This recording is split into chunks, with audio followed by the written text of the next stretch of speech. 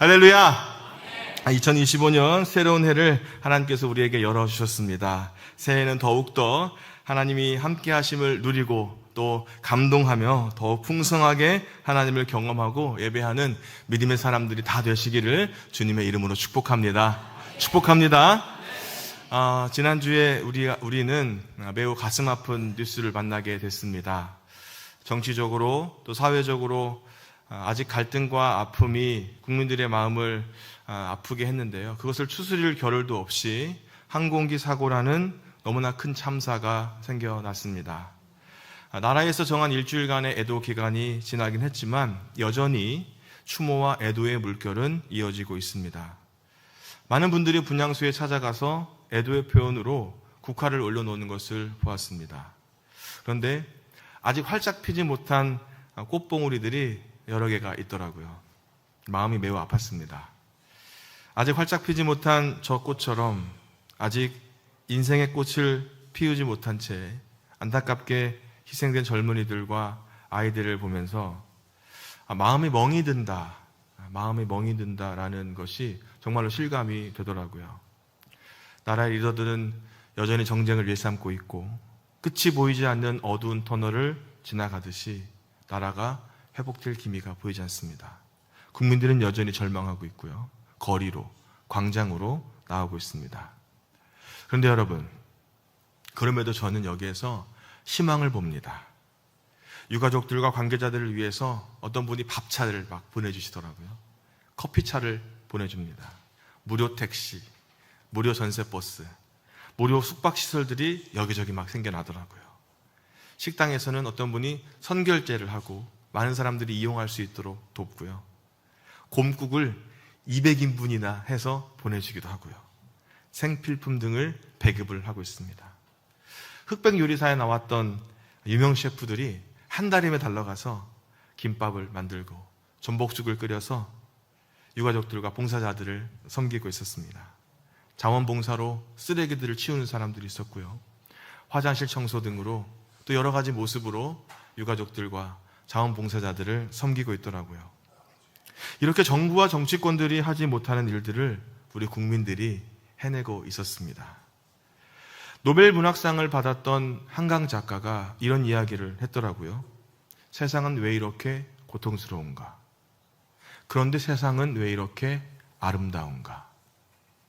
그런데 이런 모든 자리에는 기도하는 사람들이 있더라고요. 광장에서, 거리에서, 위로와 도움이 필요한 그곳에서 눈물로 기도하는 그룹들이 있었습니다.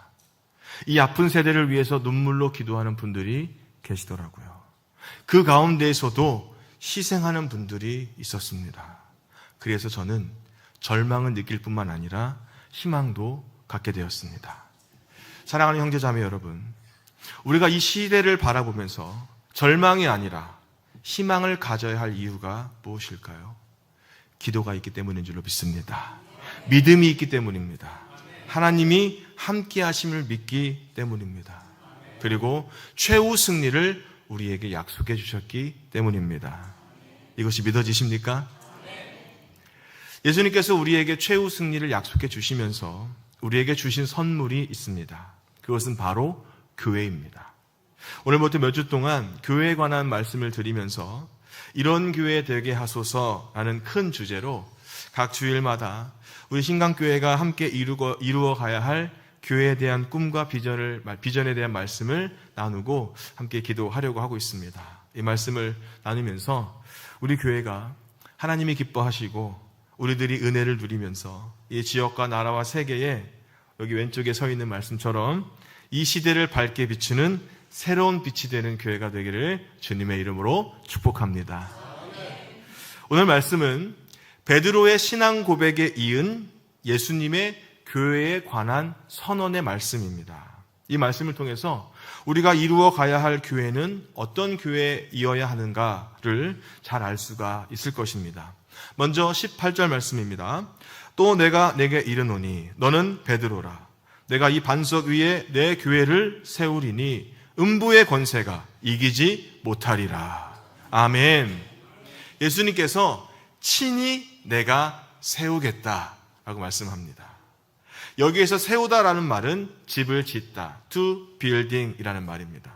일반적으로 집을 세울 때 여러분 중요하게 무엇을 생각하십니까? 어디에 세우느냐라고 하는 장소, 누구의 집을 세우느냐라고 하는 소유, 그리고 왜 세우느냐라고 하는 목적 등등이 있지 않겠습니까?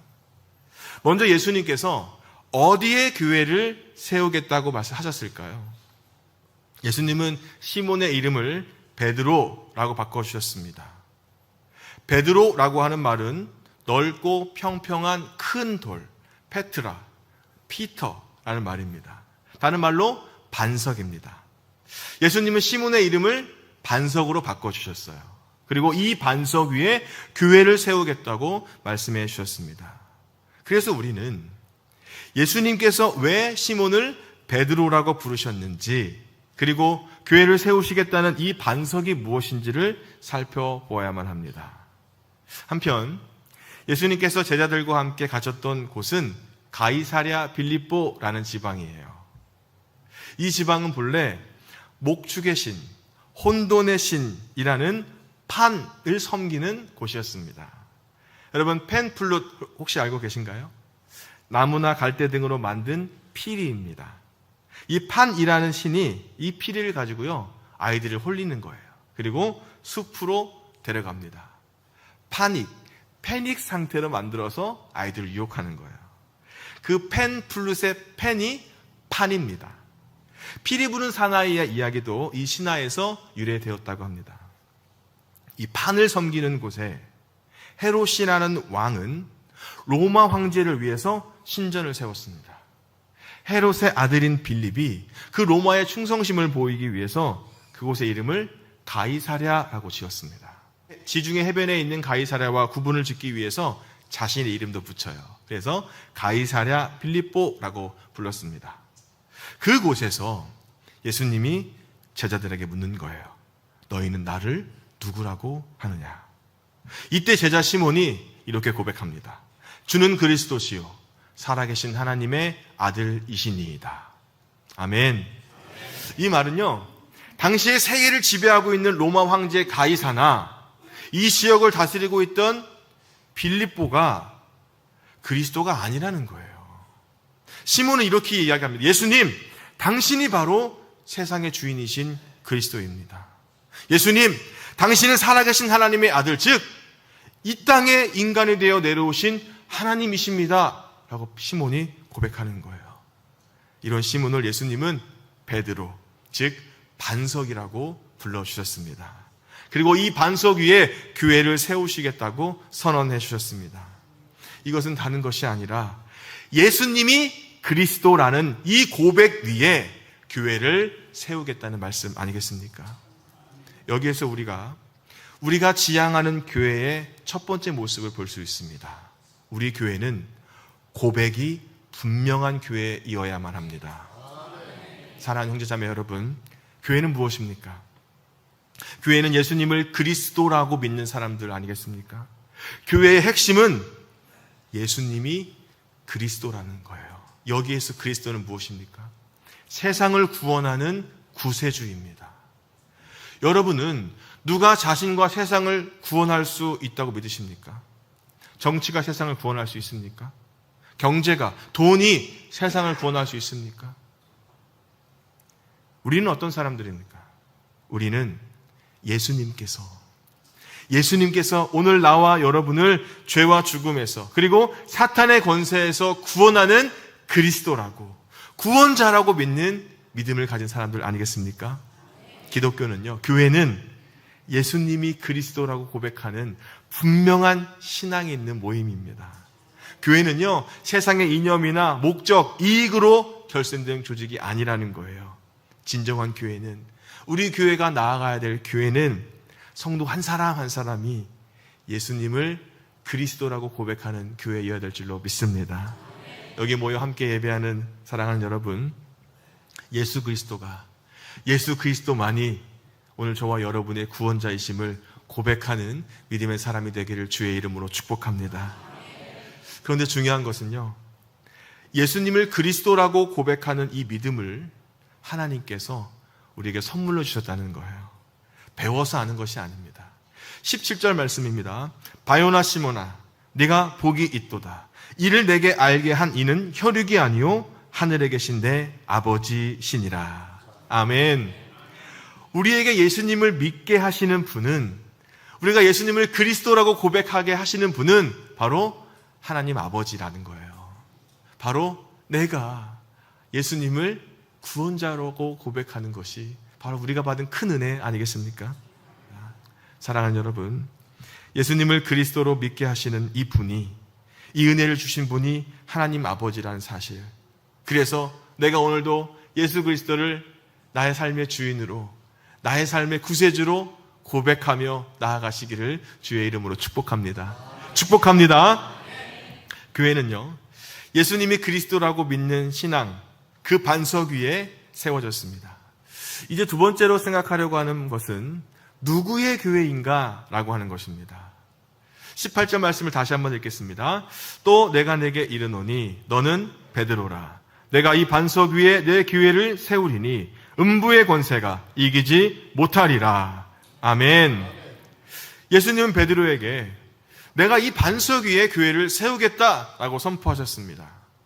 우리가 이번에 주목하려고 하는 말은 내 교회라고 하는 말입니다. 여기에서 예수님이 내라는 것을 강조하세요. 이 내라는 말은 오직을 강조할 때 쓰는 말입니다. 교회는 예수님을 그리스도라고 고백하는 고백 위에 세워지지만 그 교회는요, 고백하는 사람들의 것이 아닌 예수님 자신의 교회라는 것입니다. 베드로의 교회가 아니에요. 어떤 교황의 교회가 아닙니다. 예수님의 교회입니다. 여기에서 우리가 지향하는 교회의 두 번째 모습이 있는데요. 그것은 우리 교회는 예수님이 주인이 된 교회여야 합니다. 아멘. 예수님은 베드로, 즉 그 반석 위에 자신의 교회를 세우겠다고 말씀해 주셨어요. 여기에서 교회는 불러냄이란 뜻을 가지고 있어요. 에클레시아, 무엇으로부터 에크, 부르다라는 말 칼레오가 합쳐서 에클레시아라는 말이 되었습니다. 즉 집에서 공공장소로 불려나온 모임을 이야기하는 겁니다. 교회는요, 부르심을 받은 사람들의 모임이에요. 교회는 주님이 원하시는 목적을 위해서 세상에서 불러내온 사람들이에요. 교회는 이 예배당이라는 건물이 아니라 부르심을 받은 사람들의 모임입니다. 주님께서 당신의 사람으로, 너는 이제 내 사람이야, 너는 이제 내 백성이야, 너는 내 교회야 라고 불러주신 사람들의 모임이란 뜻입니다. 예수님께서 자기의 백성, 곧 자기의 교회를 세우시겠다고 선언하셨는데 그 선언은 바로 예수 그리스도를 주로 고백하는 사람들이 모여서 하나님께 찬양을 드리며 예수 그리스도가 증거한 사명을 감당하는 사람들이라는 것입니다. 우리 모두는요, 세상으로부터 교회로, 예수님의 소유로 부르심을 받은 사람들이에요. 우리 모두는 부르심을 받아서 교회의 한 부분이 된 사람들입니다. 2025년 우리 교회의 비전처럼 함께 지어져가는 그러한 사람들인 것입니다. 오래전에 미국의 세들백 교회 릭 워렌 목사님이 교회에 대해서 이렇게 질문을 했습니다. 무엇이 당신의 교회를 움직이는가? 모든 교회는 무엇인가에 의해서 움직이는데 당신의 교회를 움직이고 있는 추진력은 무엇인가? 라고 하는 질문이었습니다. 릭 워렌 목사님에 의하면 이런 교회들이 있대요. 우리는 언제나 이런 식으로 해왔다 라고 하는 전통에 따라 움직이는 교회, 어떤 사람에 의해서 교회가 좌지우지되는 인물에 의해 움직이는 교회, 일할 때마다 비용이 얼마나 들까를 먼저 생각하는 재정에 의해 움직이는 교회, 그 외에도 프로그램에 움직이는 교회, 건물에 움직이는 교회, 행사에 움직이는 교회 등등이 있답니다. 근데 이 워렌 목사님의 주장은 목적에 의해 움직이는 교회가 되어야 된다라는 것입니다. 이것은 예수님께서 교회들에게 주신 바, 신약 성경에 제시된 5가지 목적들, 즉 예배, 교제, 훈련, 사역, 전도에 의해서 교회가 움직여야 한다는 것입니다. 여기에도 조심해야 될 점은 있죠. 그것은 사람이 목적이 아니라 예수 그리스도가 목적이 되어야 한다는 것입니다. 목적만 중요한 것이 아니라 목적을 이루어가는 과정도 중요하다는 거예요. 그런데 목적이 이끄는 교회가 강조하는 것은 예수님이 교회의 주인이라는 겁니다. 교회의 구성원들은 예수님이 부르신 예수님의 종들로서 교회의 주인이신 예수님이 원하는 목적에 의해 움직여야 한다는 것입니다. 사랑하는 여러분, 오늘 우리 교회의 목적이 무엇입니까?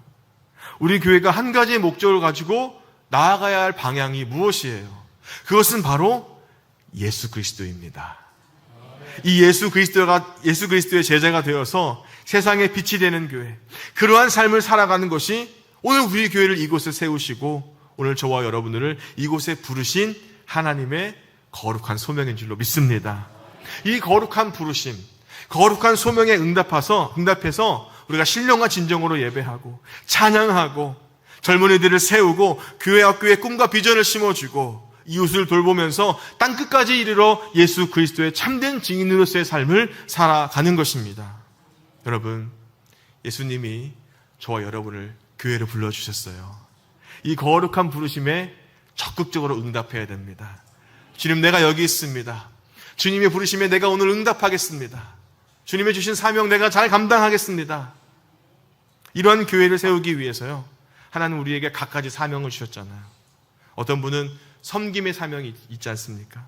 어떤 분은 찬양의 사명이 있고, 어떤 분은 반주의 사명이 있고, 어떤 분은 교사의 사명이 있습니다. 또 어떤 분은 또 주방과 음식의 사명이 있더라고요.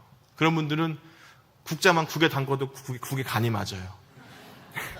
시금치를 들었다만 놔도 기가 막혀져요. 네. 그런 분들이 있더라고요. 이렇게 우리 모두가 함께 아름답게 지어져가는 행복한 공동체, 우리 교회 신강교회가 되시기를 주의 이름으로 축복합니다. 따라하겠습니다. 나는 하나님이 부르신 거룩한 교회이다. 이것이 믿어지십니까? 아멘.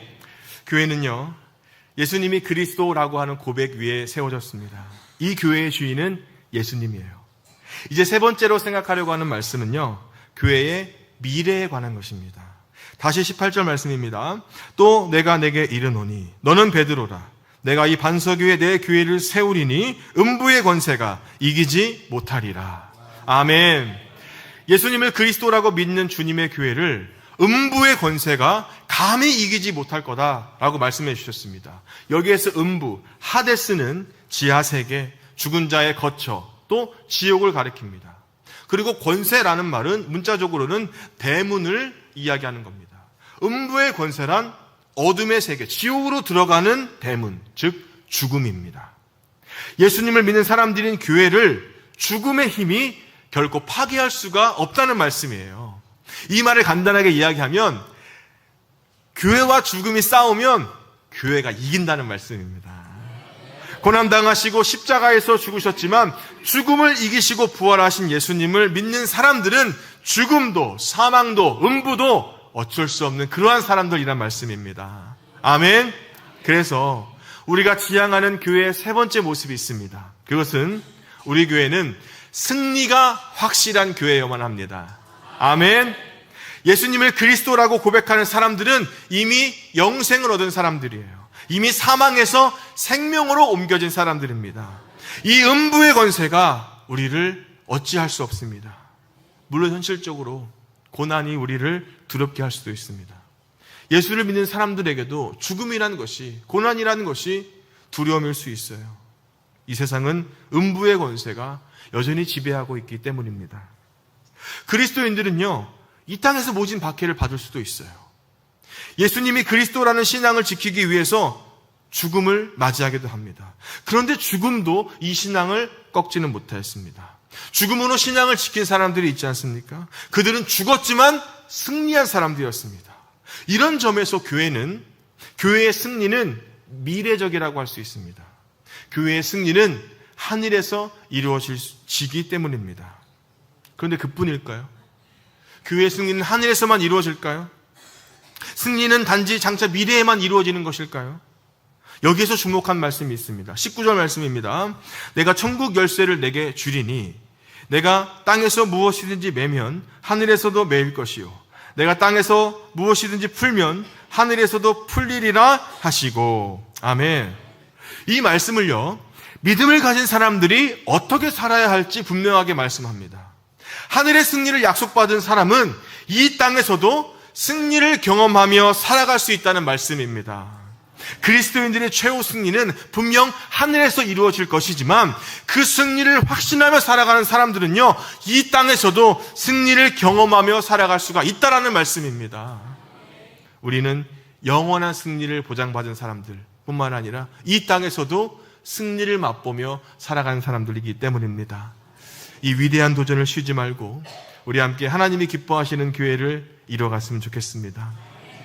여러분 혹시 국보 1호가 뭔지 아십니까? 국보 1호? 남대문, 숭례문이죠. 그럼 우리나라 보물 1호가 뭔지 아십니까? 동대문. 똑똑하십니다. 일부 예배 때는 아무도 몰랐는데. 네, 홍인짐은 동대문입니다. 그렇다면 보물 904호가 뭔지 아십니까? 보물 904호. 힌트 드리겠습니다. 이것은 외국 물건입니다. 그리고 이것은 마라톤과 관련이 있습니다. 바로 손기정 투구라고 알려진 고린도 투구입니다. 1936년에 베를린 올림픽에서 손기정 선수가 마라톤에서 1등을 했지 않습니까? 당시 그리스 아테네 브라드니 신문사가 마라톤 우승자에게 주려고 이 청동 투구를 준비했대요. 당시에 안타깝게도 전달받지 못하고 50년이 지나서야 어렵게 전달을 받았다고 합니다. 손기정 옹이 이것을 국가에 기증을 했고요. 정부는 서구 유물로는 최초로 국가보물 904호로 지정을 했대요. 뜬금없이 이 투구 이야기를 하는 것이 무엇일까요? 이 투구는요, 기원전 7, 8세기의 것입니다. 눈과 입을 제외한 머리의 전체를 보호할 수 있도록 제작된 고린도 투구입니다. 고린도 사람들이 사용했던 바로 그 투구라는 거예요. 우리는 이 투구 하나를 통해서 조선 사람들이 일장기를 달고 뛰어야 했던 가슴 아픈 역사를 만나기도 합니다. 그리고 잘 알려져 있진 않지만 그리스에 있는 고린도라는 도시도 만날 수가 있습니다. 이 고린도 투구는 많은 것을 우리에게 이야기하고 있는 것 아니겠습니까? 하나님께서는 저와 여러분을 교회로 불러주셨습니다. 교회가 된 저와 여러분의 삶에서 어떤 모습이 보여야 될까요? 어떤 이야기가 보여줘야 될까요? 저 고린도 투구처럼 고린도 투구가 많은 이야기를 담고 있듯이 오늘 저와 여러분의 삶 속에 하나님의 많은 이야기가 담겨 있었으면 좋겠습니다. 예수님의 사랑의 이야기, 어떤 상황 속에서도 승리하는 이야기가 오늘 저와 여러분의 삶 속에 많이 담겨 있었으면 좋겠어요. 우리 교회가 이런 교회가 됐으면 좋겠습니다. 청년들이요, 젊은이들이 기뻐 뛰면서 우리 교회에서 예배드렸으면 좋겠어요. 우리 자녀들이 이러한 믿음의 뜰에서 꿈과 비전을 품고 성장했으면 좋겠어요.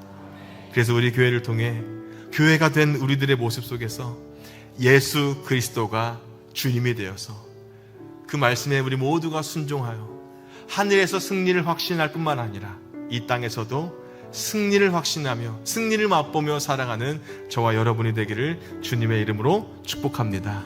우리 교회는요, 이렇게 승리를 확신하는 교회입니다. 이 확신으로 2025년 믿음으로 살아가시기를 주님의 이름으로 축복합니다.